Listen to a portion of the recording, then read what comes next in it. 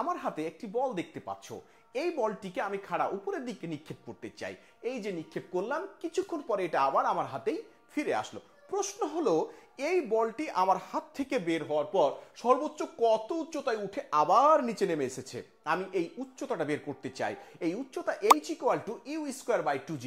You হচ্ছে যেই বেগে আমি তাকে নিক্ষেপ করেছি, জি হচ্ছে অভিকর্ষ ত্বরণ, এর মান আমরা ধরে থাকি 9.8 মিটার পার সেকেন্ড স্কোয়ার। এখন আমি যদি একটি বস্তুকে 100 মিটার পার সেকেন্ড বেগে উপরে নিক্ষেপ করে থাকি, তাহলে বস্তুটা কত উপরে উঠবে?